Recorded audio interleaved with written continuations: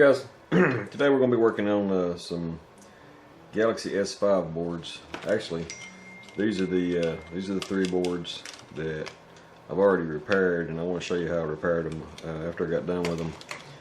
I thought it'd make a pretty good video. This was actually an extra board I had, but I'll show you what I've got.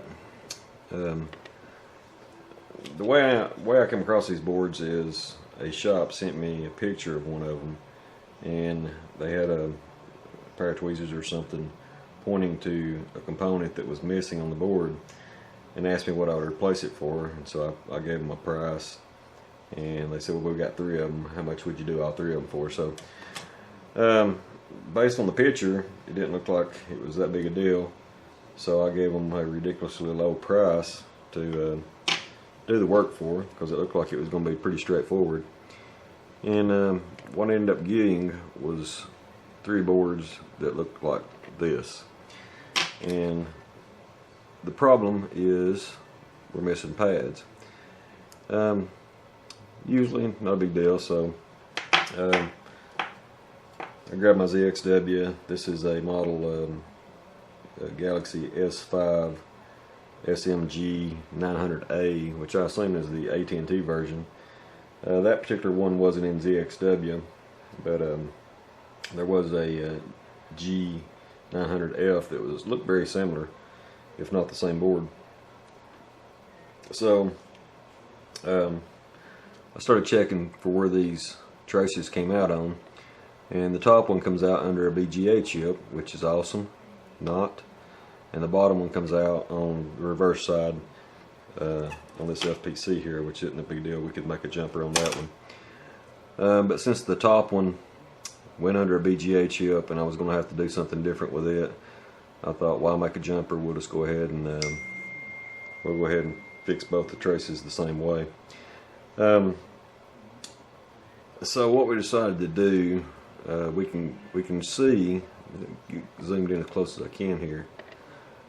Hopefully you can see that right in the center. You can see where just a small piece of a trace came through. I mean, just a real small gauge, like a wire, came through and came up to the pad that was on the board. So we decided to go ahead and just scrape the trace here and see what we had in here, how much of a trace we had, and what we could make a pad out of. And it actually came out to have a pretty decent size trace underneath here.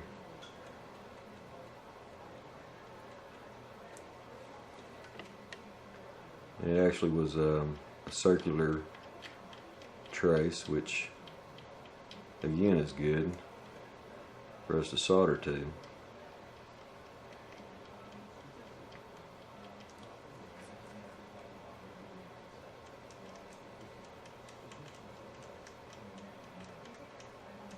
I had no idea whenever I quoted them the price that I was going to have to do this,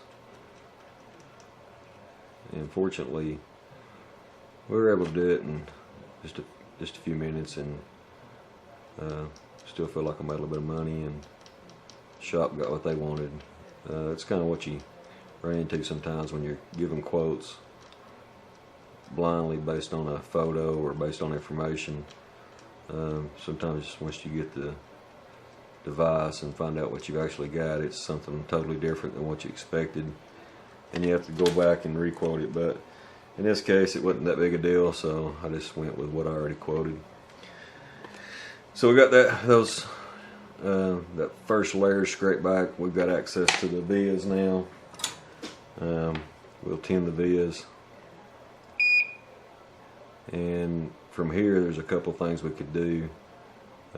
Currently, right now, we don't really have enough solder to solder the component directly to the board, because the solder is lower than the top layer of the board.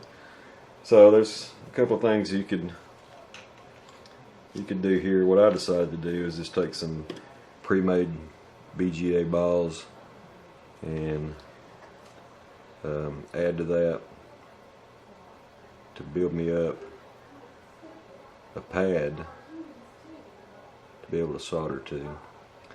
And you could also do some pyramiding, and for you the guys that don't know what pyramiding is, I'll kind of show you that in a minute.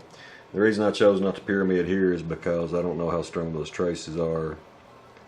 I don't want to do anything to damage them at this point, because if they get damaged now, the likelihood of saving the board is drastically reduced. So we'll just put a couple of BGA balls there. These are actually 0.25 millimeter. And once we heat the board up, those will melt into our tinned pins, or tinned traces, and will actually make us some pads.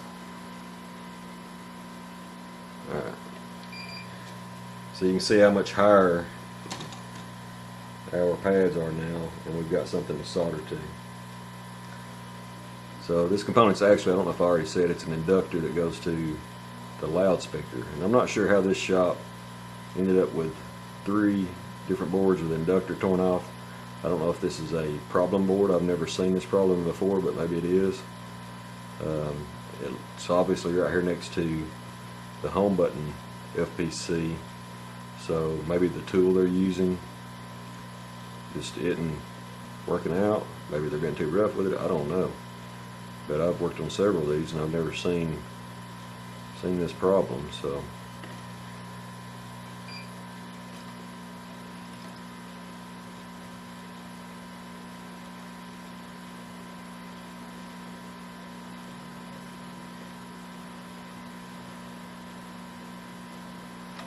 put just a little bit more flux on that.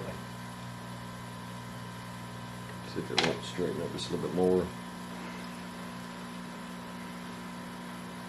If not, no big deal, we can live with that.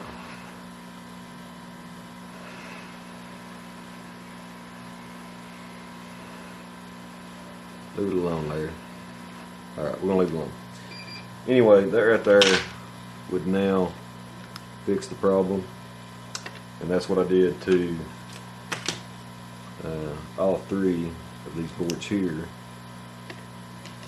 This is the way I corrected them.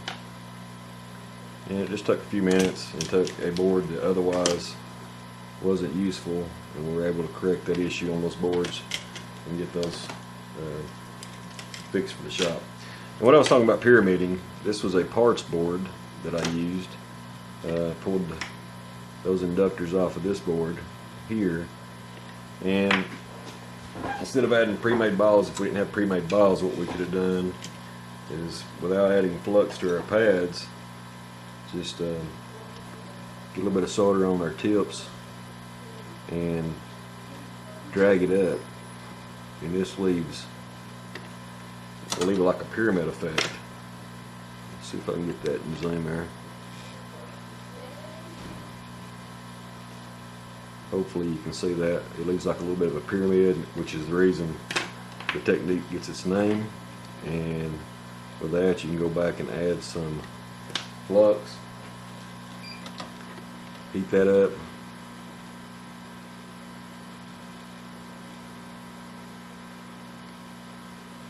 and that'll give you a ball. So we could have done the same technique there on the missing pads where we only had the vias, and that would have gave us something to solder to had I not chose to use the pre-made balls. So anyway, I hope that's if you've never seen that technique used before, I hope that's something that's helpful to you in the future. Thanks for watching, guys.